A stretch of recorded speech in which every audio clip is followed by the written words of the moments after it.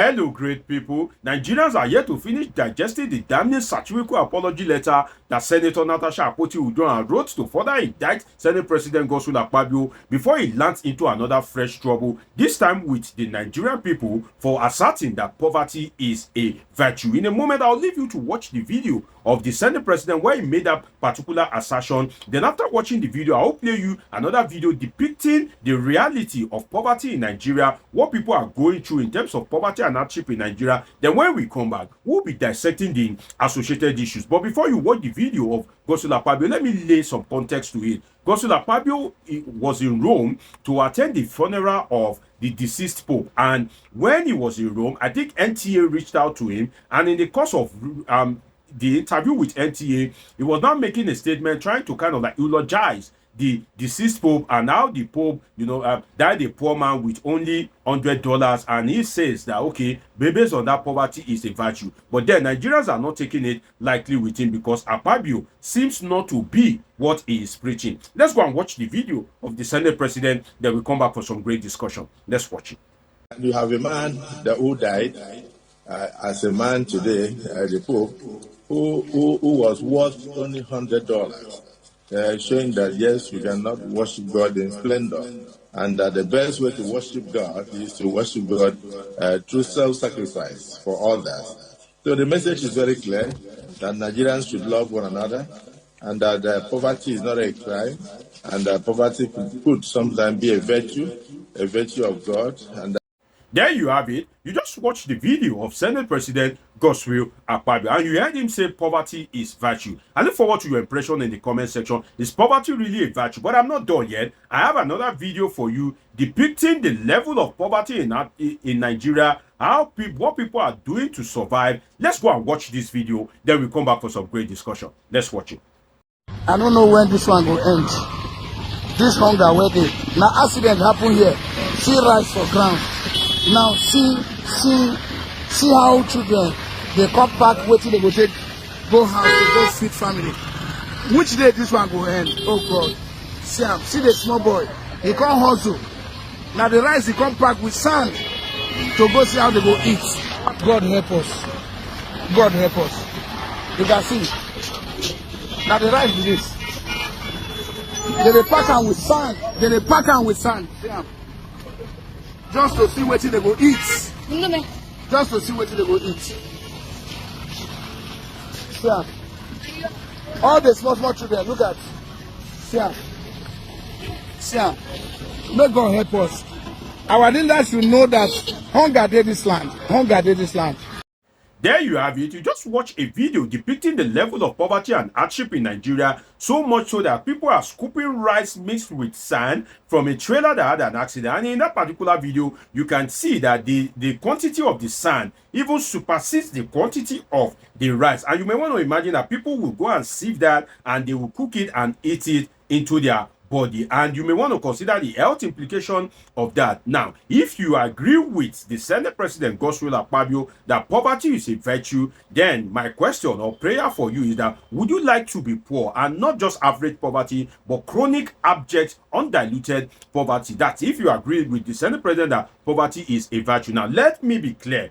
You see, the message of the Senate President is not really that bad if you look at it. But then the person that is making that particular statement itself is the problem, because if it was to be the leader of a country that is trying its best to eradicate poverty, then maybe Nigerians would have taken it lightly with the Senate President. But then coming from the leader of a country that is not doing much to eradicate poverty, but instead it is dipping people into poverty, coming from the leader of a country, the head of a national assembly, who is budgeting humongous amount for himself and a kind of like outrageous salary, coming from the leader of a country that is convoy is, if you see the convoy of the Senate President as disclosed by the Jade, you would think that Jesus has returned to earth. So coming from such a person, Nigerians are not finding it funny.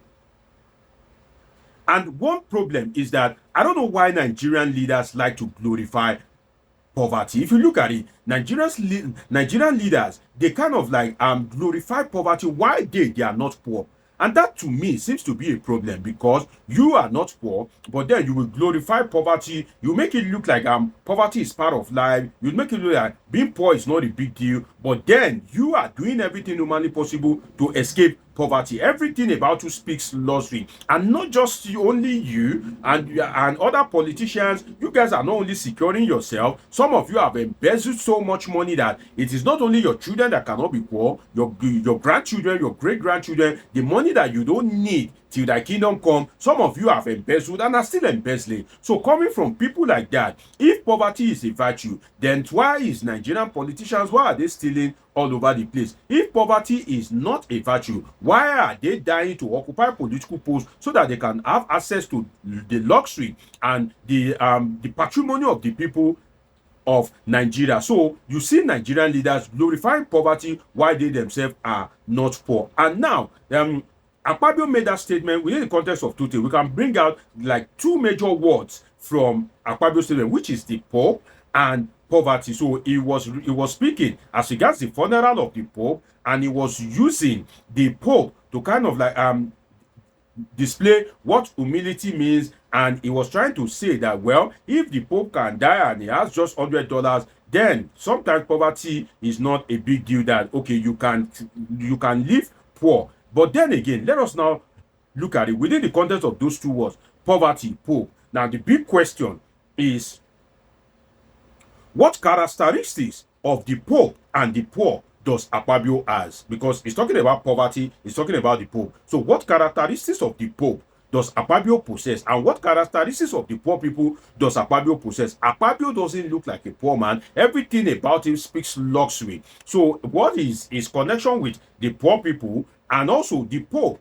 Akpabio does not have the character or the attributes of the Pope, which is if you look at the Pope, you can say humility, you can speak to prudency, you can speak to modesty, you can also speak to decency as well. Akpabio does not appear to possess any of these qualities, and I list them again: humility, prudency, modesty, and decency. These are some of the features that a poor man would naturally possess, because a poor man must be humble. You cannot be humble, you cannot be poor and not be humble. In fact, that poverty will even humble you. And if you look at it, prudence, well, you don't even have any money to spend anyhow anyway. Modesty, of course, if you are poor, you have to be modest. And also decency. If you are poor and you are not decent, then you are just as finished as the world finished itself. So if you look at it well, Akpabio is speaking about the Pope and speaking about the poor, but then nothing about him largely speaks to the characteristics of the Pope, and nothing about him also speaks to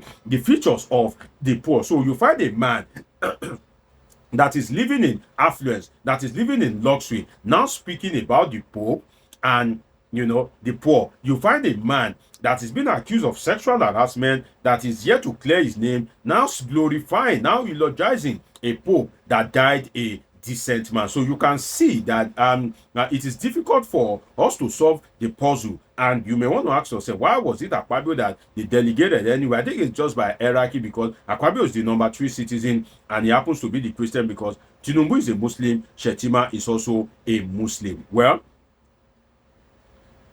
Akpabio asserts that poverty is not a crime. Well, if poverty is not a crime, why not live on 70,000 naira? Why not try and say, oh, poverty is not a crime? Well, let me start receiving 70,000 naira as a Senate president. Why not board economic